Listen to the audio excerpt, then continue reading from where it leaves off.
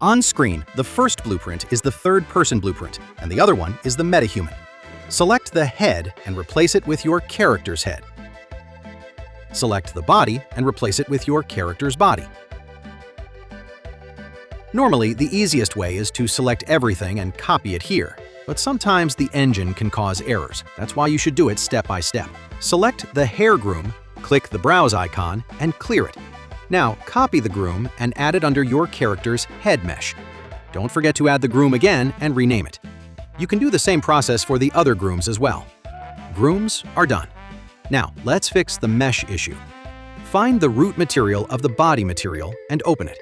Open the MF Skin Utils material function. Then, in Set Material Attributes, enable Opacity Mask and add a texture sample. Set it to MH Alpha Default.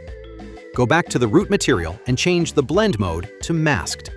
Open the body material and add MH Body Alpha. Open the head material and add MH Head Alpha. The process is complete successfully. Thank you.